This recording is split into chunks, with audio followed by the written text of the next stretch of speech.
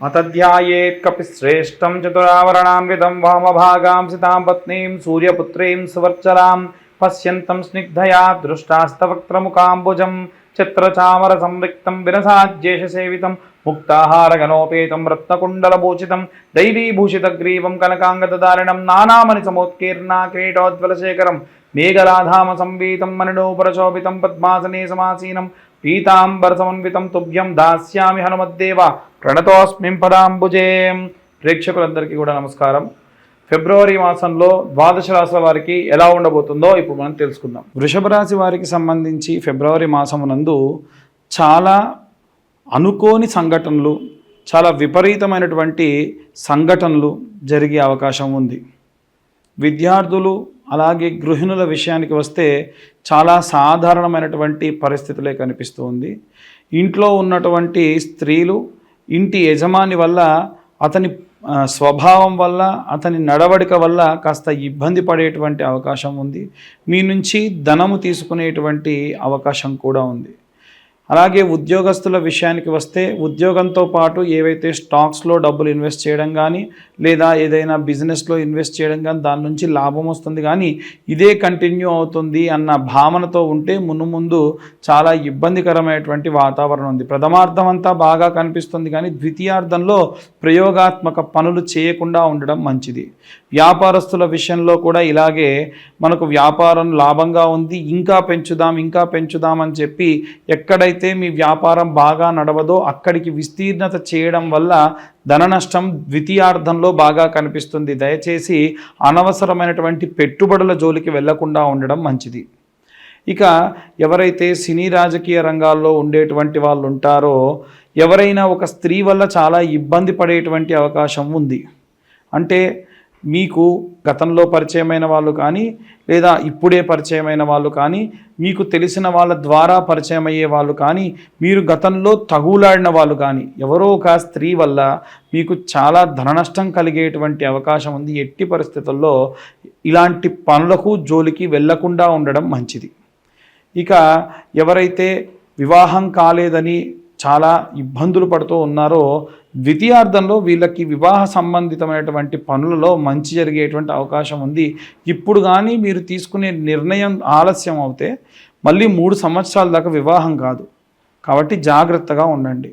అలాగే చేతి వృత్తులు చేసుకునేటువంటి వాళ్ళు, అలాగే ఎవరైనా సరే కుల వృత్తులు చేసుకునే వాళ్ళు, రైతులు, భూ సంబంధితమైనటువంటి వ్యవహారాల్లో ఉన్నటువంటి వాళ్ళైతే దగ్గరలో ఏదైనా బొడ్రాయి ఉంటే, అక్కడ ఎవరన్నా అమ్మవారి దేవాలయం ఉంటే వారానికి ఒకసారన్నా అమ్మవారికి ఒక కొబ్బరికాయనో లేకుంటే పరవాన్నమో నైవేద్యంగా పెట్టండి, చాలా మంచి జరుగుతుంది.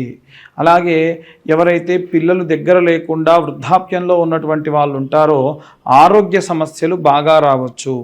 వృషభ రాశి వారికి ముఖ్యంగా ఛాతి నుండి పైభాగం అంతా విపరీతంగా నొప్పులు వచ్చే అవకాశం ఉంది. ఇప్పుడున్న గ్రహస్థితి వల్ల చేతులు వనకడం కానీ, వినికిడి ఇబ్బంది కానీ, చూపు మందగించడం కానీ, పళ్ళ ఇబ్బందులు కానీ విపరీతంగా వచ్చే అవకాశం ఉంది.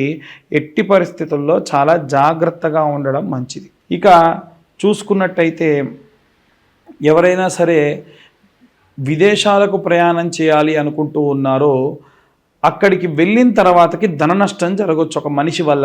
గుడ్డిగా ఎవరిని నమ్మకండి. లేదండి ఇతను బాగా నమ్మకస్తుడు, ఏం కాదు అని మీరే స్వయంగా మీ వాళ్ళతో చెప్పి మరీ ధనాన్ని ఖర్చు చేసేటువంటి అవకాశం కూడా కనిపిస్తుంది. కాబట్టి జాగ్రత్త వహించండి. ఇక మనం కోర్టు వ్యవహారాల్లో బాగా తిరుగుతూ ఇబ్బంది పడుతూ, డైవర్స్ కేసులలో బాగా ఇబ్బంది పడుతూ ఉన్న వాళ్ళు ఇంత వీలైతే అంత తొందరగా క్లోజ్ చేసుకోండి, లేకపోతే మీకే నష్టం. మీకు సెటిల్మెంట్ అయ్యి డబ్బులు వచ్చేవాళ్ళు కానీ, సెటిల్మెంట్ అయ్యి డబ్బులు ఇచ్చేవాళ్ళు కానీ ఎవరైనా సరే ధన నష్టం కలిగే అవకాశం ఉంది. ఇప్పుడు మేము చెప్పే విషయం అంతా కూడా గోచారరీత్యా చెప్పే విషయం. మీ జాతకం గురించి తెలుసుకోవాలి అనుకుంటే కింద కనిపించే నెంబర్కి కాల్ చేయొచ్చు. 2025 సంవత్సరానికి 2025 మాత్రమే ఛార్జ్ చేయడం జరుగుతుంది. ఇంతకు మించి మేము ఏమీ ఛార్జ్ చేయడం జరగదు. పూర్తి జాతక విశ్లేషణతోని మీకు 60 నుండి 70 పేజీల్లో జాతకం ఇవ్వడం కూడా జరుగుతుంది. కాబట్టి కింద ఉన్న నెంబర్కి మీ date of birth, time, place ఇవ్వండి. డేట్ ఆఫ్ బర్త్, టైం లేని వాళ్ళకు మాత్రం చెప్పడం కష్టం. ఇక ఈ అన్ని వర్గాల వారికి సంబంధించి ఎలాంటి రెమెడీస్ తీసుకోవాలి, ఎలాంటి మంత్రపఠనం చేయాలనే విషయాన్ని ఇప్పుడు మనం తెలుసుకుందాం. జనవరి 24 నుండి ప్రారంభమై ఫిబ్రవరి 24 వరకు కూడా కుజుడు సంచరిస్తూ మిథున రాశి గుండా ఆ తర్వాతకి ఏప్రిల్ వరకు కూడా ప్రయాణం చేస్తూ ఉంటారు. దీని వలన ద్వాదశ రాశులకి కూడా తీవ్రమైనటువంటి ఇబ్బందులు, అలాగే చాలా మంచి చేకూరేటువంటి రాశులకి కూడా ఉన్నాయి. అయితే అన్ని విభాగాల్లో ఉన్నటువంటి వాళ్ళు, విద్యార్థులు, గృహిణులు, ఉద్యోగస్తులు, సినీ రాజకీయ రంగాల వాళ్ళు, అలాగే రైతులు, చేతి వృత్తులు చేసుకునేటువంటి వాళ్ళు, కుల వృత్తులు చేసుకునేటువంటి వాళ్ళు, పాపం తల్లిదండ్రుల నుంచి దూరంగా నివసిస్తూ ఒంటరిగా నివసిస్తున్న వృద్ధులు, అలాగే విదేశాలకు ప్రయాణం చేయాలనుకునేటువంటి వాళ్ళు, అలాగే ఎవరైతే కోర్టు వ్యవహారాల్లో తీవ్రంగా ఇబ్బంది పడుతూ ఉన్నటువంటి వాళ్ళు, వీళ్ళందరి గురించి కూడా మనం కొన్ని రెమెడీస్ చెప్పుకుందాం. విద్యార్థుల విషయానికి వస్తే నీలా సరస్వతి స్తోత్రం అంటుందండి. ఈ నీలా సరస్వతి స్తోత్రము రోజుకు ఒక్కసారైనా సరే చదువుకోవడం చాలా చాలా శక్తినిస్తుంది. అయితే సరస్వతి యంత్రము అని ఉంటుంది. ఆ యంత్రం మీరు మామూలుగా గూగుల్లో చూసినా సరే దొరుకుతుంది. ఆ యంత్రంలో నెంబర్స్ ఉంటాయి. ప్రతిరోజు పిల్లలకు కొత్త నోట్బుక్ పెట్టేసి ఆ యంత్రాన్ని రోజు వాళ్ళతో గీయించి వాటిపైన రాయించి మధ్యలో కొంచెం అంత కుంకుమ పెట్టి ఇలా రాయండి. ఆ కుంకుమ రోజంతా ఉండాలని కూడా ఏం లేదు.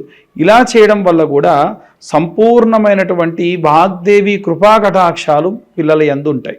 అలాగే గృహిణుల విషయానికి వస్తే ఫిబ్రవరి మాసంలో గుప్త నవరాత్రుల్లో భాగంగా శ్యామలాదేవి నవరాత్రులు జరుగుతాయి. కాబట్టి అమ్మవారి యొక్క నవరాత్రులు అప్పటికే ప్రారంభమై ఉంటాయండి. మరి ఎలా అనే వాళ్ళు కూడా ఉన్నారు. కాబట్టి ఈ నవరాత్రుల్లో కనీసం 9 సార్లు గౌరమ్మను తయారు చేసుకొని మీ ఇంట ఒక మంచి ప్లేట్ చూసుకొని దాంట్లో గౌరమ్మను పెట్టేసి, తమలపాకు లాంటిది పెట్టొచ్చు కానీ వాడిపోతుంది, వడలిపోతుందండి అనేటువంటిది చెబుతున్నారు. కాబట్టి ఒక మంచి ప్లేట్ చూసుకొని దానిపైన అమ్మవారిని గౌరమ్మగా మీ వీలును బట్టి చేసుకొని, మనకు అమ్మవారు ఎలాంటి వర్ణంలో ఉంటారు అనంటే మరకత వర్ణము అని అంటారు. కాబట్టి అలాంటి మరకత వర్ణంలో ఉండేటువంటి కుంకుమతోని అమ్మవారికి అర్చన చేయాలి. అది ఎలా చేస్తారండి అనేవాళ్ళు కూడా ఉన్నారు. ఎలా అంటే అమ్మవారికి సంబంధించినటువంటి వర్ణనలో మనకు కుంకుమ దొరుకుతుంది. ఆ కుంకుమే కుబేర కుంకుమ. ఆ కుంకుమతో ఈ నవరాత్రుల్లో నవమ అంటే 9 సార్లు కుంకుమార్చన చేయడం వల్ల సంపూర్ణ శ్యామల కృపా కటాక్షాలు అందుతాయి. ఆ కుంకుమని 9 రోజుల తర్వాతకి పచ్చకర్పూరం వేసి దాచుకొని ప్రతి ఇంట్లో ఉన్న ప్రతి ఒక్కళ్ళు ధరించడం వల్ల ఎన్నో రకాలైనటువంటి కష్టములని కూడా అమ్మవారు కడతీరుస్తుంది అని శాస్త్రోక్తంగా చెప్పడం జరిగింది. ఇక ప్రత్యేకంగా ఉద్యోగస్తులు అలాగే వ్యాపారస్తుల విషయానికి వస్తే ఉద్యోగస్తుల్లో చాలా వరకు ఉన్నటువంటి ఇబ్బందులు ఎలా వస్తున్నాయి అనంటే శత్రు భయము కానీ, లేదా ఉన్నటువంటి అధికారులు ఏవైనా సరే ఉద్యోగంలో నుంచి తీసివేస్తారు అనేటువంటి భయం కానీ కలుగుతుందేమో అన్న భయం అధికంగా ఉన్న కారణం వల్ల వీరు ఆంజనేయ స్వామి యొక్క లాంగూలా స్తోత్రం చదువుకోవడం చాలా మంచిది. రోజుకు ఒకసారన్నా హనుమత్ లాంగూలా స్తోత్రం విన్నా చదివినా సంపూర్ణ కృపాకటాక్షాలు అందుతాయి. ఇది వ్యాపారస్తుల విషయంలో కూడా అలాగే చేయడం ఎంతో మంచిది. వీరు ప్రత్యేకంగా రోజు దీపారాధన చేసేటప్పుడు ఉద్యోగస్తులైతే నువ్వుల నూనె ఆముదం కలిపి, అలాగే ఎవరైతే వ్యాపారస్తులు ఉంటారో వ్యాపారస్తులైతే అమ్మవారి యొక్క విప్ప నూనెతోని పూజ చేయడం చాలా విశేష వ్యాపారాభివృద్ధి కలుగుతుంది.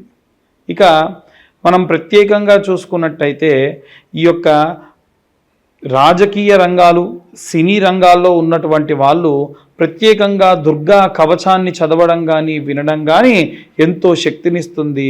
అమ్మవారు మీకు మీ కుటుంబం చుట్టూ కూడా ఒక రక్షణ వలయంలా ఏర్పడి ఎల్లప్పుడూ కాపాడుతూ ఉంటుంది. ఇక ఈ యొక్క సినీ రాజకీయ రంగాల వారే కాకుండా చేతి వృత్తులు చేసుకునే వాళ్ళు కానీ, లేదా కుల వృత్తులు చేసుకునే వాళ్ళు కానీ, అలాగే రైతులు కానీ భూ సంబంధితమైనటువంటి అనుకూల స్థితి కలగాలి. కాబట్టి నిత్యము రోజు ఒక మంత్రం చదువుకోవాలి. ఒకటే మంత్రం రోజు చదువుకోవాలి. ఏమిటా మంత్రం అంటే శరవణ భవాయ విద్మహే కార్తికేయాయ ధీమహి తన్నో స్కంద ప్రచోదయాత్. ఈ మంత్రాన్ని చదవడం వల్ల ఈ విభాగంలో ఉన్న వారందరికీ కూడా అనుకూల పరిస్థితులు కలుగుతాయి. ఇక ప్రత్యేకంగా చూసుకున్నట్టయితే ఎవరైతే కోర్టు వ్యవహారాల్లో ఇబ్బంది పడుతూ ఉన్నారో, విదేశాలకు ప్రయాణమై ఎదురు చూస్తూ ఉన్నారో, ఎవరైతే విశేషమైనటువంటి వివాహం కోసం ఎదురు చూస్తూ అంటే ఏజ్ మరీ ఎక్కువైపోయి వివాహం కావట్లేదు అని ఎదురు చూస్తున్నారో, సంతానం కావట్లేదు అని ఎదురు చూస్తున్నారో, వారు దక్షిణామూర్తి స్తోత్రాన్ని చదువుకోవడం మంచిది. దక్షిణామూర్తి స్తోత్రము వీరికే కాదండి, అందరూ కూడా చదవచ్చు. ఆ దక్షిణామూర్తి స్తోత్రం చదివితే పరమశంకరు అంటే ఆది శంకరాచార్యుల వారి స్వయంగా చెప్పారు, ఏలిన నాటి అర్ధాష్టమ అష్టమ శని దోషములు ఏమున్నా సరే తీసేసేటువంటి అద్భుతమైనటువంటి స్తోత్రం ఏది అంటే దక్షిణామూర్తి స్తోత్రం. కాబట్టి అందరూ కూడా ఈ విధంగా చేసుకోవడం విశేష ప్రతిఫలాలు దక్కుతాయి. చాలామంది ఇవన్నీ కాదండి మీరు ఎలా చెబుతూ ఉన్నారు జాతకము, మీ జాతకం గురించి పూర్తిగా తెలుసుకోవాలనుకుంటున్నాం, మీరు ఎలా చెప్పగలుగుతున్నారంటే గోచార రీత్యా మాత్రమే మేము మీకు జాతక విశ్లేషణ అనేది ఇలాంటి రెమెడీస్ అనేవి చెబుతున్నాం. నిజంగా మీ పూర్తి జాతకం ఏంటో మీరు తెలుసుకోవాలి అనుకుంటే కింద కనిపించే నెంబర్కి మీ పేరు, date of birth, time, place అన్నీ కూడా పంపిస్తే పూర్తి వివరాలతోని మీ జాతకం అంతా కూడా విశ్లేషణతో మీకు చెప్పి పూర్తిగా అనుకూలంగా మీకు ఎలాంటి రెమెడీస్ తీసుకోవాలి, ఎలాంటి మంత్రపఠనం చేయాలి అనేటువంటి విషయాన్ని చెప్తాం. ఎట్టి పరిస్థితుల్లో డేట్ ఆఫ్ బర్త్ టైము లేకుండా ఎవరన్నా జాతకం చెప్తానంటే నమ్మకండి. ఎందుకంటే అందులో పూర్తి విశ్వాసంగా చెప్పడం కుదరదని. ఎందుకంటే పేరు బలం గల వాళ్ళందరూ ఒకేలా ఉంటే ఈ ఇబ్బంది ఏమిటి, మంచి పేరు ఏదో అందరూ అదే పెట్టుకుంటారు కదా. కాబట్టి పేరు వల్ల వచ్చేటువంటిది కేవలం పావంతు మాత్రమే. పూర్తి 100కు 100% ఆ పేరు బలం మీద వచ్చేటువంటివి ఉండవు.